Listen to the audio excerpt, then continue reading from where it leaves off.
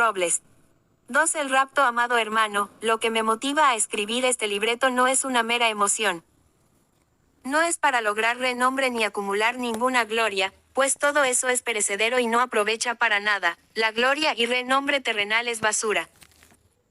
Lo que me motiva a escribir este libreto es el Espíritu Santo, de lo cual estoy ciertamente seguro, no porque pretenda ser sabio en mi propia opinión, sino porque me ha sido confirmado por hermanos que ni siquiera saben de este asunto, aunque sí se lo referí a 3 pastores y me dieron su aprobación.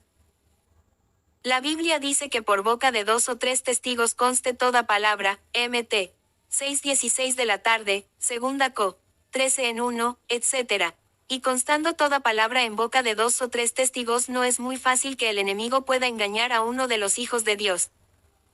Pues por testimonio de 2 o más de los hijos del Señor, el Espíritu está confirmando la palabra que en verdad ha procedido de la boca de Dios. Tenemos hoy en día tantas doctrinas y sectas que se dicen ser verdaderas, pero se confirman ellas mismas y no tienen la confirmación del Espíritu Santo. En ninguna manera trataré yo de forzar esta enseñanza en tu mente, amado hermano. Yo oraré y dejaré que sea el Espíritu Santo, que me encomendó a escribir este libro, sea él quien lo haga y confirme estas palabras en ti. Así se sabrá de qué fuente provino la inspiración, y si las verdades contenidas aquí son en verdad palabras de Dios. No trataré de defender mi escrito, pues la verdad no necesita defensa.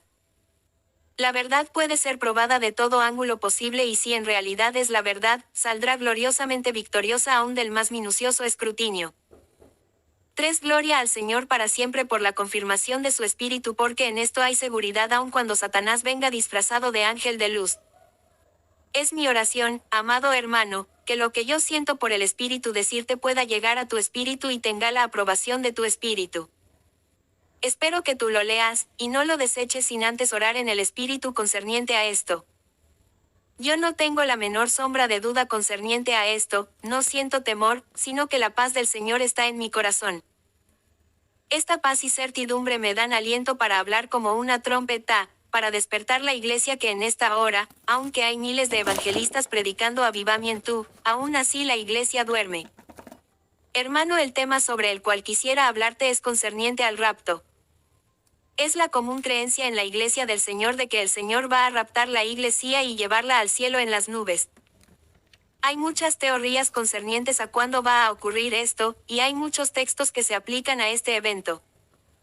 Pero por desgracia, los textos dicen lo contrario, pues se están aplicando con la mente natural, carnal, animal, y no se está discerniendo lo que el Espíritu dice. Los que los aplican están sujetos a la letra y no al Espíritu. La letra mata, mas el Espíritu es el que vivifica. Las palabras que yo he hablado son espíritu y son vida, acomodando lo espiritual a lo espiritual. 2 Co. 3 en 6, JN. 6 en 63, y 1 Co. 2:13 de la mañana. Tan solo el hecho de que haya 3 teorías sobre el rapto, pretribulación, midtribulación, posttribulación, que se contradicen la una a las otras, prueba que no son palabras que han procedido de la boca de Dios, pues Dios no es Dios de incertidumbre, ni confusión, ni su palabra es sí y no. 1 Co. 2:33 de la tarde, 2 Co. 1:18 de la mañana menos 20. 4. Lo que el pueblo de Dios tiene que entender es, que no se puede confiar en ninguna palabra, profecía o revelación, no importa cuán santa o veraz parezca, hasta que no haya sido confirmada por boca de 2 o 3 testigos, y esté de acuerdo con el modelo que Dios ha provisto para nosotros en la Biblia. Amados, en esto hay seguridad, y es algo que Satanás no puede duplicar, aunque él tratará, pero para eso tenemos discernimiento del Espíritu y podemos recurrir al modelo que tenemos en la Biblia. Amado hermano, si esta doctrina del rapto no ha procedido de la boca de Dios, entonces sabernos de dónde ha procedido, pues solo hay 2 fuentes. La palabra, raptar, significa cometer un rapto o robo. Rapto significa, impulso, arrebato, delito que consiste en apoderarse de una mujer con miras deshonestas, secuestro. En esto, tú verás, hermano, que Jesús no puede cometer el delito de raptar su iglesia. Raptar algo, es robarse algo, y Jesús no es ladrón, él sí viene como ladrón, pero no es ladrón. Cuando la Biblia dice que viene como ladrón, significa que viene sigilosamente, sin hacer mucho ruido, de modo que el mundo se entere y solo los que tengan visión espiritual lo puedan ver. La Biblia dice, el ladrón no viene sino para matar, hurtar y destruir, J.N. 10 en 1, 8, 10, y podemos ver que Jesús está hablando del maligno y no de él mismo, pues Jesús nunca puede ser un ladrón, amén. Hay miles de cristianos que tienen muchas deudas y compromisos, y figúrese si el Señor se los llevara, Satanás y las autoridades pudieran llevarlo a juicio, hablando figuradamente, y condenarlo por ser partícipe del delito de que él arrebató a miles de cristianos que no habían pagado sus deudas. Antes de que el Señor en su amor, gracia y misericordia 5 me trajera a esta realidad de que no hay ningún rapto, era mi mayor esperanza el ser raptado, escapar del sufrimiento, y que el anticristo pagara mis deudas. Pero el anticristo no fue el que hizo mis negocios para que él los pague. Hoy en día el 85% más o menos de los santos del Señor están esclavizados con deudas que tienen en Babilonia, están atados al sistema babilónico, están haciendo ladrillos para Faraón, y los 2 o 3 pesos que logran conseguir, tienen que pagarlo o devolvérselo al Dios doctor, Dios hospital, Dios seguro de vida, Dios alquiler, aspirinas, medicinas, impuestos, etc. Y todo su sudor vuelve al sistema babilónico y aún están atados, esclavizados en este sistema babilónico. Su trabajo con que se afanan no es para traer el reino de Dios, sino que su sudor y su fuerza son absorbidos por el sistema babilónico que Satanás ha puesto sobre esta tierra. El pueblo de Dios está tan ciego espiritualmente y tan insensible que ni siquiera se dan cuenta de que son esclavos de Faraón, del sistema babilónico que está gobernando este mundo. Despierta, amado hermano en el Señor, oye la trompeta de liberación que está sonando. Dios nunca viola el libre albedrío, y un rapto, o robo es algo que se hace sin el consentimiento de la persona. Jesús viene a casarse con su iglesia y tener su boda con su novia, su cuerpo, su iglesia teniendo a los cielos y la tierra por testigos, y cada uno de los miembros queriendo casarse con él de todo corazón. No se encuentra ninguna base bíblica para confirmar la doctrina o teoría del rapto. La única base que se puede encontrar es interpretando la Biblia con nuestras mentes carnales, interpretándola literalmente, sin discernir el espíritu de la palabra. 6. La Biblia misma dice que el hombre carnal no entiende las cosas que son del Espíritu de Dios, 1 Co. 2:14 de la mañana. Aquí el apóstol Pablo no se está refiriendo a los impíos que no han conocido al Señor, sino que está hablando de cristianos carnales que no se mueven en el Espíritu sino en el viejo hombre. Está hablando de nosotros cuando nos movemos en la mente carnal, y por lo tanto solo vemos lo que dice la letra de la palabra, pero no podemos oír lo que el Espíritu dice a las iglesias. Sabrás, hermano, que nosotros además de nuestra mente natural tenemos la mente de Cristo. Y además de tener al viejo hombre que ya fue crucificado con Cristo, tenemos a Cristo dentro de nosotros, 1 Co. 2:16 de la mañana, Col. 3 en 9:10, Ro. 12 en 2, EF. 4:23 de la mañana, Ro. 6 en 6, Col. 1:27 de la mañana, etc. Así que solo cuando nos movemos en nuestra mente carnal y aplicamos todas las reglas carnales de interpretación de las Escrituras, podemos concebir tan remota idea del rapto. El Espíritu Santo es el autor de las Escrituras, por tanto Él es el único intérprete de ellas.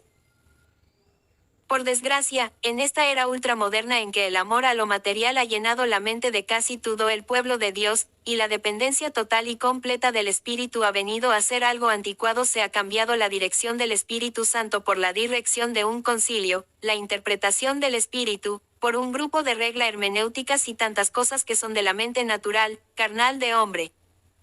Me han dejado a mí, fuente de agua viva y se han cavado cisternas rotas que no retienen el agua, Ger. 2:13 de la mañana. Cisternas rotas que no retienen el agua es un tipo del espíritu, y por tanto tienen en ver. 7. Dad las cisternas, títulos universitarios, doctorados, postgraduados, doctores en divinidad, grandes y lujosos templos, la mayoría de ellos llenos del pueblo de Dios, pero con la dirección de un concilio carnal, terrenal, natural y no la dirección genuina del Espíritu de Dios. Las ceremonias ritualistas que practica el pueblo de Dios en estos tiempos son pena y vergüenza para una iglesia que tiene la vida de Dios en ella, ya que la iglesia tiene posicionalmente la plenitud de Dios en su seno.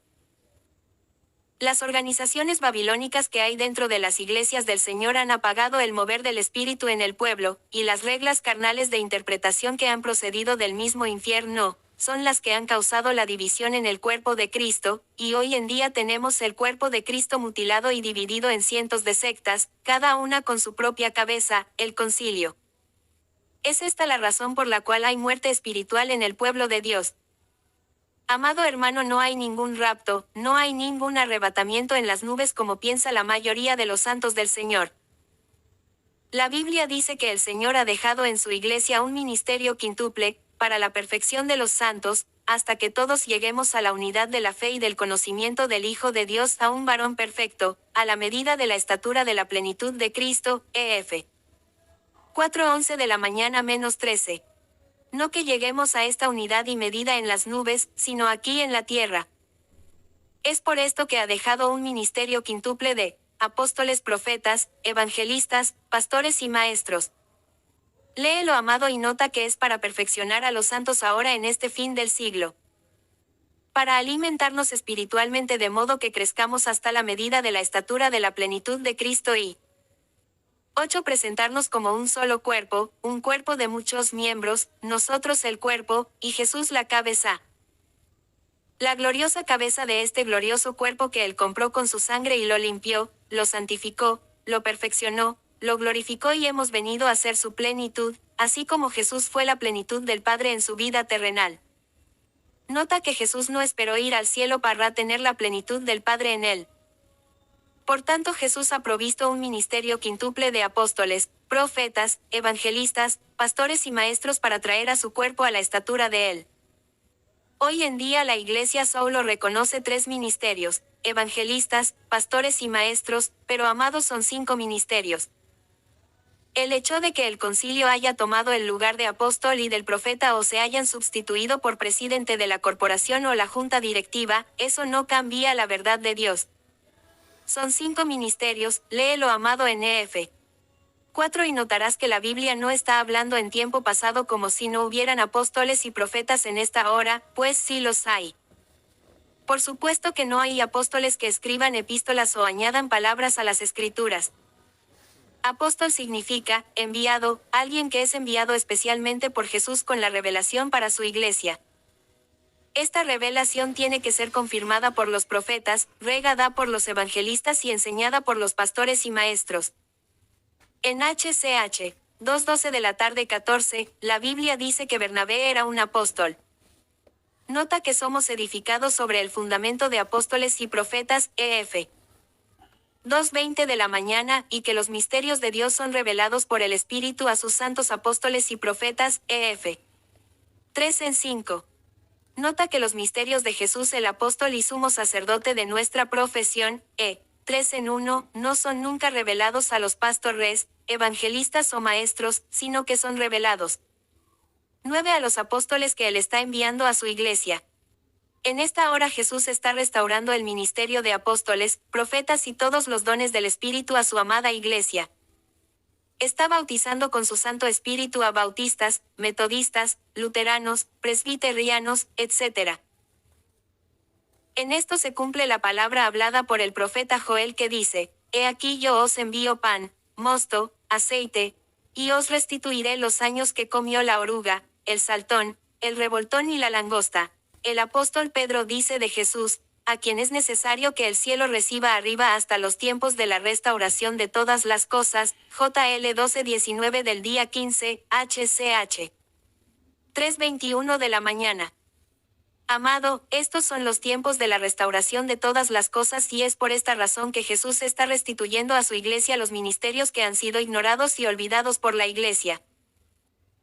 Notarás, hermano, que las revelaciones y misterios de Jesús no son revelados a pastores, evangelistas ni maestros, pues el apóstol Pablo en HCH 8:17 de la noche 38, especialmente versículos 20, 27, 31, pone de manifiesto que son los apóstoles que traen la revelación de Dios a la iglesia. Los ancianos, o pastores, siguen enseñando acerca de la revelación que viene a través de los apóstoles. En esta hora y en toda la historia de la Iglesia del Señor, ha habido apóstoles que cuando la Iglesia ha estado durmiendo, han traído la revelación que la ha libertado de la esclavitud. Pues estar durmiendo es estar estancados en un sitio sin moverse libremente en el espíritu. Quisiera llevarte, hermano, a través de la historia y mostrarte cómo el Señor ha tenido siempre apóstoles que han estado moviéndose en medio de su iglesia. La Iglesia del Señor empezó el día de Pentecostés.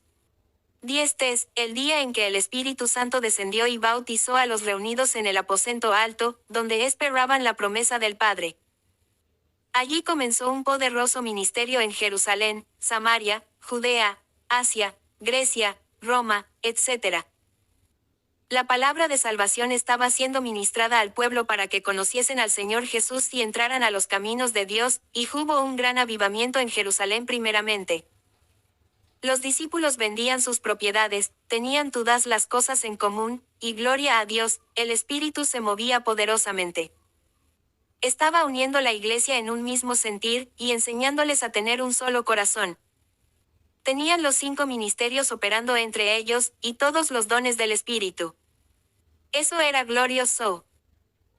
El enemigo no estuvo contento con esto y gradualmente comenzó a infiltrar en esta poderosa congregación de los primogénitos un adormecimiento que maravilló al apóstol Pablo, pues en el libro de Hebreos, escribiendo a estos mismos hermanos en el capítulo 5, les dice, debiendo ser ya maestros, tienen necesidad de que les vuelva a enseñar los primeros rudimentos de las palabras de Dios. Pablo les exhorta a que dejen los rudimentos y prosigan a la perfección. El libro de los Hechos revela que el Espíritu Santo mandó a que separaran a Pablo y Bernabé para la obra que él los había escogido, y vemos que Jesús a través de su Espíritu envía a Bernabé y a Pablo como apóstoles a ministrar. Muchas iglesias fueron establecidas por el ministerio de Pablo, y mientras estuvieron presentes los primeros apóstoles todo iba bien. Después la iglesia comenzó a decaer, permitieron que Satanás metiera hombres paganos en sus medios, el de más renombre entre ellos fue el emperador Constantino, quien declaró el cristianismo la religión oficial del Imperio Romano. El Imperio Babilónico de Roma tomó control sobre la Iglesia del Señor, esta es la que conocemos hoy como la Iglesia Católica Romana, se apoderó como un pulpo de la Iglesia, la verdadera Iglesia del Señor. Fue así como entró la Iglesia en la era del oscurantismo y por 1300 años aproximadamente, la Iglesia durmió, de tal manera que se olvidó de la verdad del nuevo nacimiento, la justificación por la fe, el bautismo del Espíritu Santo y los dones, etc. La Iglesia Católica estaba fornicando con todos los gobiernos, vendiendo indulgencias, etc.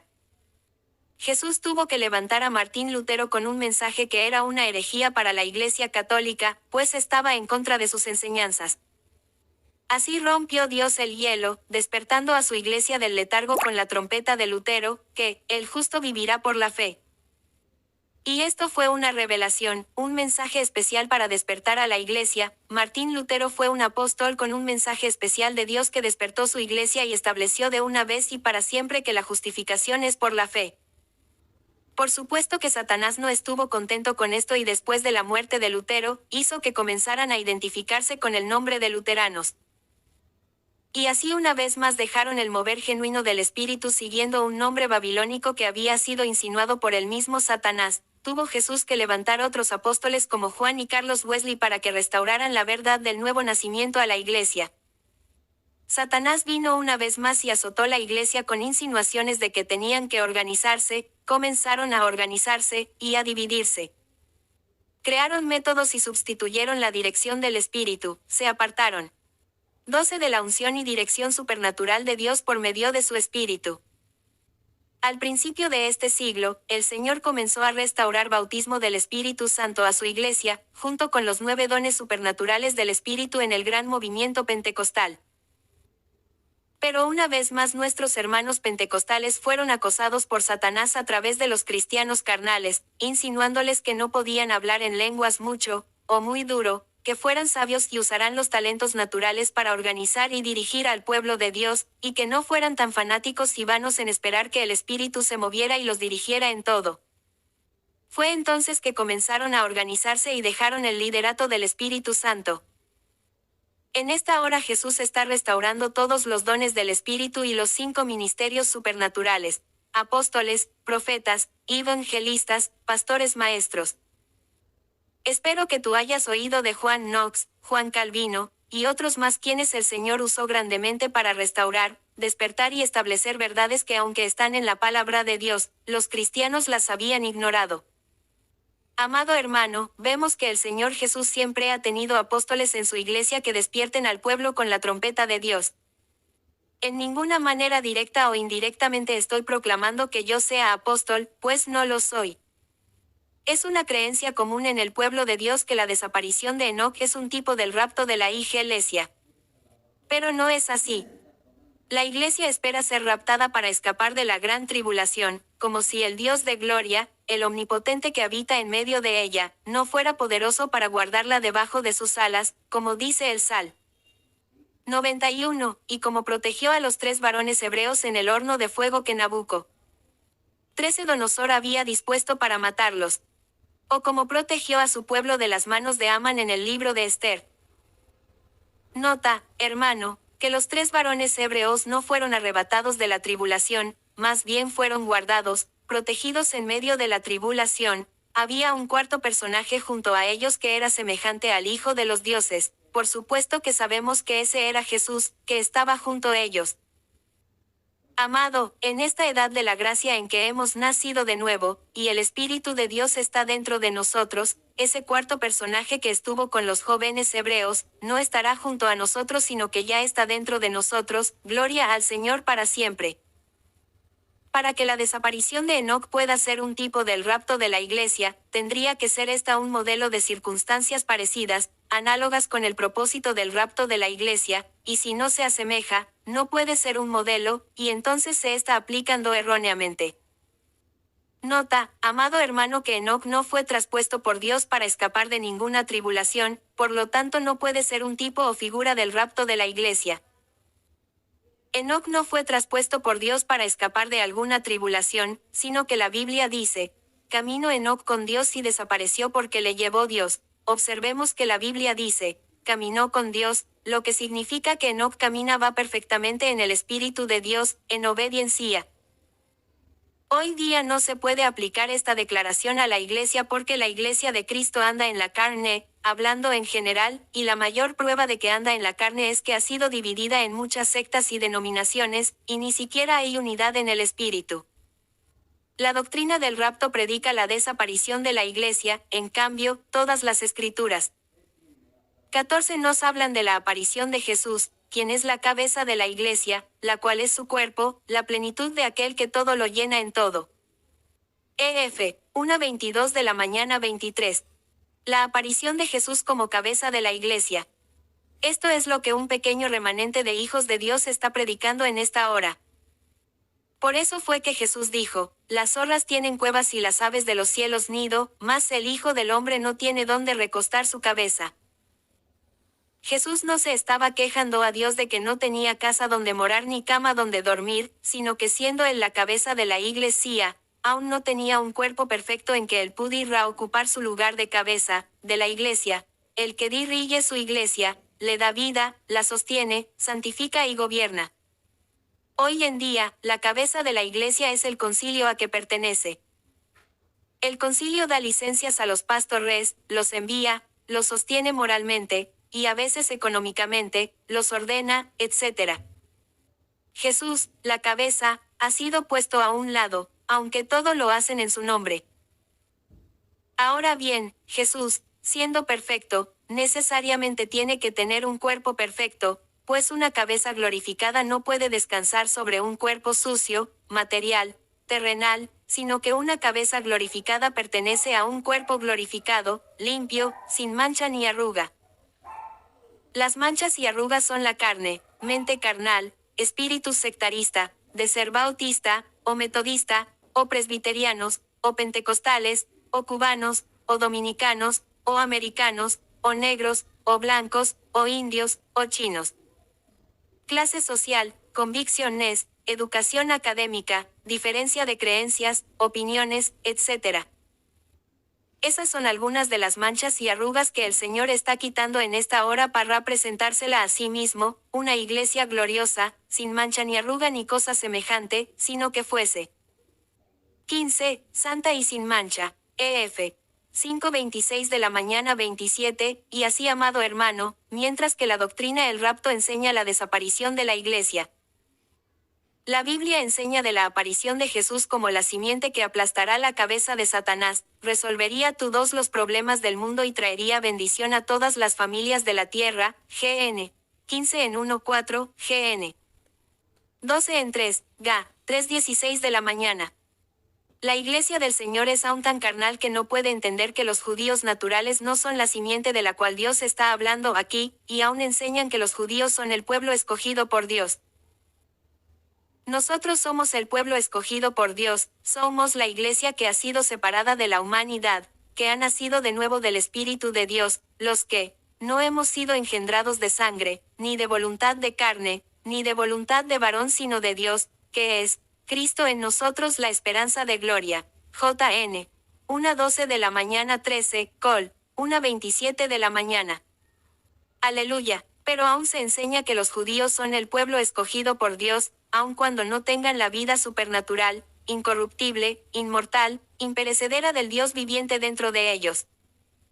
Te diré, hermano, que ellos no son el pueblo escogido de Dios en esta edad del Nuevo Testamento, nosotros somos el pueblo escogido por Dios.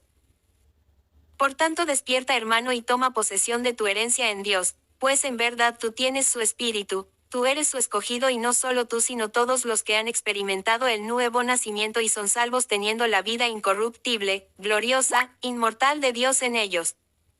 Gloria al Señor. La Biblia es bien clara al enseñarnos esto.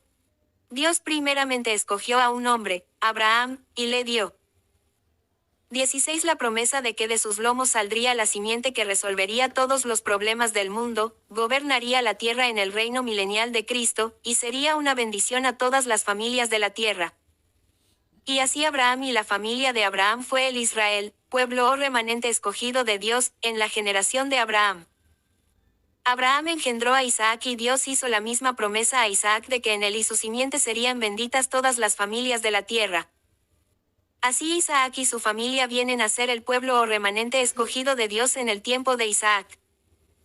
Isaac tuvo 2 hijos, Esau y Jacob, de los cuales aún antes de nacer, Dios escogió a Jacob, y le hizo la misma promesa que le hizo a Abraham y a Isaac. Gen. 2:14 de la mañana, Jacob engendró 12 hijos, y él y su familia vainen a ser el Israel de Dios en la generación de Jacob, el pueblo escogido de Dios. Luego estos 12 hijos engendran más hijos y la siguiente generación, o sea los hijos de Jacob, vienen a ser el pueblo escogido de Dios en su generación. Esta otra generación engendra más hijos y vienen a ser el pueblo de Dios hasta que surge Jesús, que según la carne es hijo de Abraham, Mt. 1 en 1, y Jesús es la simiente que Dios había prometido a Abraham. La Biblia no dice que Dios le dijo a Abraham, y en tus simientes, plural, serán benditas todas las familias de la tierra, sino que Dios dijo, y en tu simiente, singular, la cual es Cristo, Ga. 3:16 de la mañana. Si hubiese dicho tus simientes, plural, esta promesa de Dios se hubiese cumplido en los judíos que están en Palestina y todas partes del mundo, pero la Biblia manifiesta claramente que la simiente es Cristo. Por lo tanto, vemos que Cristo es la simiente prometida por Dios. Siendo Isaac un tipo de Jesús, Isaac no podía casarse con una mujer que no fuese de 17 su familia, de su parentela. Y así vemos que Abraham envía a Eliezer a buscar una esposa para Isaac, pero una esposa del linaje de Abraham. Tenía que ser una esposa de la misma familia que Abraham, el padre de la fe. Todo esto es un tipo y sombra que nos habla que Jesús tiene que casarse con un pueblo, que sea de su misma familia, con el Espíritu de Dios, de la nueva creación, con la naturaleza supernatural, inmortal de Dios en ellos. Y vemos que así como Eva fue sacada del costado de Adán, asimismo cuando Jesús fue alanceado por el soldado romano, esta lanza abrió su costado y salió sangre y agua. Sangre. A través de todo el libro de Levítico se nos dice que es un tipo de la vida, y el agua es un tipo del Espíritu de Jesús. En todo esto Dios está revelando que solo esos que hayan aceptado al Señor Jesús, y su sangre, y el agua haya caído sobre ellos, tienen la vida y el Espíritu de Jesús, y por lo tanto son la familia de Jesús. Esa es su iglesia, su escogida, el pueblo de Dios que manifestará la gloria de Dios invisible en sus cuerpos mortales. Tenemos este tesoro en vasos de barro, para que la excelencia del poder sea de Dios y no de nosotros. Segunda Co. 4:7, espero que esto sea suficiente para hacerte ver que solo tú, y yo, y todos nuestros hermanos que hemos nacido de nuevo, somos el pueblo escogido por Dios, el Israel de Dios. Muy clara es la Biblia cuando dice, a Abraham fueron hechas las promesas y a su simiente, no dice y a tus simientes, como si hablase de muchos, sino como de uno, y tu simiente la cual es Cristo. Ga. 3:16 de la mañana, por tanto nosotros, que hemos sido sacados del costado de Jesús, hemos sido lavados con su sangre y tenemos el Espíritu. Somos la iglesia, el pueblo escogido de Dios. Yo simplemente estoy mostrando 18 nuestra posición delante de Dios, y por lo tanto no estoy menospreciando a los judíos, ni hay en mi corazón nada contra ellos, pero sí declaro que a menos que no nazcan de nuevo, no pertenecen al pueblo escogido de Dios, la iglesia. La razón por la cual tanto los árabes como los judíos están peleando, es porque ellos esperan que Dios cumpla la promesa en ellos que son los descendientes naturales de Abraham, pero nosotros somos los descendientes espirituales de Abraham, del Padre de la fe. Aleluya.